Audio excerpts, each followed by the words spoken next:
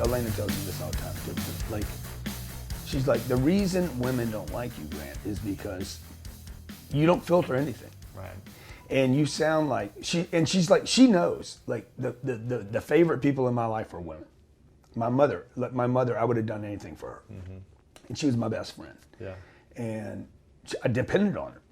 And later, I was with my mother when she died. Like, wow. I was the one she trusted more than, I hope my family doesn't see this, but my mother trusted me, did not trust me the most when I was growing up.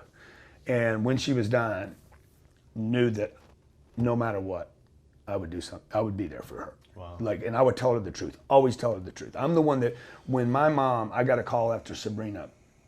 We had just had our first kid right up the block here. And then my sister Diane calls and says, you need to get here now that Sabrina's born. And so I got on a plane, flew to, this is 9 years ago, flew to Lake Charles. And I walked in, my mom's in the hospital. And I'm like, have they told you what's going on? No, what do you mean, Grant? I said, has anybody told you what's happening now?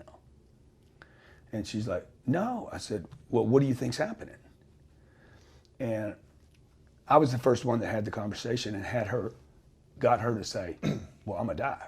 Right. And I'm like, that's right. That's what's happening now. Wow. And it was the hardest conversation I ever had with anybody in my life. And it was like, okay, dude, you're gonna die. This is what's happening now. And my sisters didn't have the conversation with her. My brother didn't have the conversation with her. And I said, okay, that's what's happening. We got, I don't know, 12 hours, 18 hours, 20 hours. Huh? That's it, huh? Yeah, and I'm trying to take time out of this thing. I'm like, I don't want it dragging on.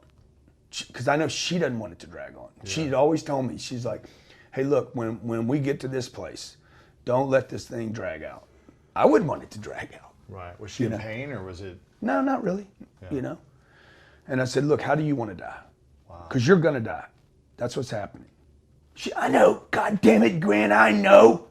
I'm like, good, you know? She's like, I know. And then boom, she got it now. Now it's sunk in. Nobody was playing the denial game anymore. I'm fucking just like, this is my best friend, dude.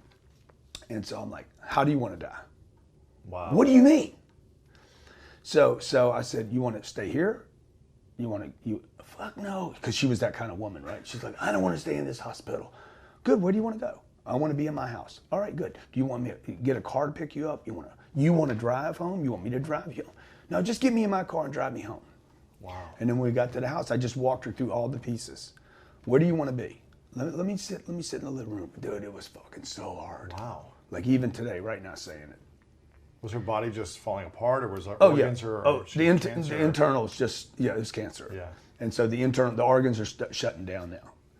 And wow, man. Within 10 hours, let me see, from the time I had the conversation with her, the next morning, got her in the Honda, drove her home, put her in the living room for, a couple hours, let her sit in her lazy boy. I said, okay, where do you want to finish this? And she's like, in my bed. Took her to the bedroom and, wow. Just about 11 o'clock that night, finally. And she said, about 30 minutes before she finished, she's like, I'm scared. Wow. And I said, well, what are you scared of? You got to hold it together, right? Because, and she says, I'm scared I can't die. She wasn't scared of dying. She was scared she couldn't. You got a Kleenex. You got a tissue. And you got a bathroom right here. And I said, dude, you can do this. You've done everything you needed to do. You did a great job. Wow. You don't owe anybody anything. Just rock on, man. And thank you. Wow. What was the greatest lesson she taught you? Oh, shit, man. She was just... shit. A lot of lessons, man. She was a very negative person. Like I have a lot of that. Like, I am not a positive person. Like, no one should confusing me with a motivational person because I'm not a positive person. Why aren't you? Because I understand that people die. Yeah. Like, I understand that life is hard and that there's evil. I know there's evil. I confront. Like, that's what people don't like about me, dude. Like, you know, who says, okay, you're gonna die? It's hard, man. It's really hard to be that honest. Dude, my dad died when I was 10. My older brother died when I was 20. So by the time I was 20, I'm like, oh, people die. Wow. Like, you start getting used to it. Like I know Not people, just your grandparent or something. No, yeah. no. I know. There's people I know today that have never had a death in their family. They've never experienced it. Yeah. And then they're shocked when their dad dies. I'm like, what'd you think was going to happen? Or their dog dies. I'm like, guys, you got a dog. It's a Great Dane. It's got a life of 11 years. Yeah. Hopefully it dies before you do. You know, so my kids already know. Like my 7 and 9-year-old, they already confront the issue of me as a body not being around one day. Yeah.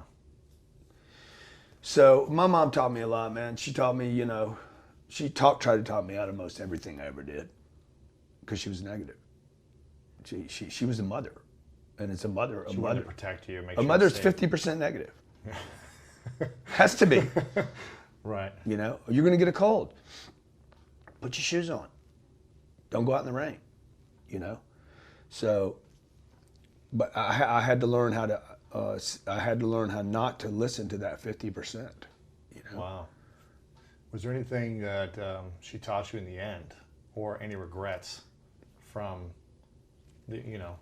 what you had done or what you hadn't done, or a promise you made to yourself after she passed, where you're like, you know what, I haven't been doing what I really need to be doing here. Is there anything like that for you? You know, not with her. You know, I mean, I told her when I was a kid, when I got clean from drugs, I said, one day I'm gonna buy you a Jaguar. I never bought it for her. She called me one day. She was a funny lady. She said some football player had bought their mom a house. Yeah. And I was wealthy at the time. I was living in La Jolla down the south of here, and I'd done well, and I was still single. And she's like, so and so bought her mom a house. You know, where's my car? I'm like, he'll end up broke too. You ain't getting a house. Right. She didn't want a house. I mean, she didn't want any of that stuff. Yeah. What does she want? She didn't have a lot of dreams.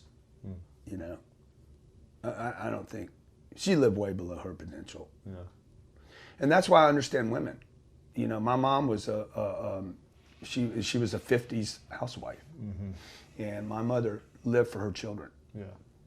And so part of this, I think, is part of my hardness and the way I prioritize things.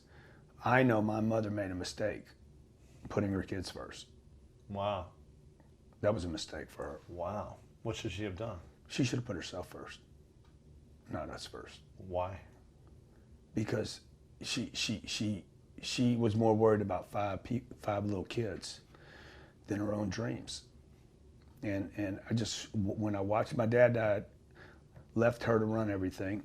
He died suddenly, and she never dated again. Wow. She was 40, I guess she was 38. Never went on a date, dude. Wow. She had a stepfather, and she's like, or stepmother, and she's like, I'm not giving my kids a stepmother. Everything now was about the kids. And it's not enough for a human being, dude. You can't be happy just living for kids that are going to move out.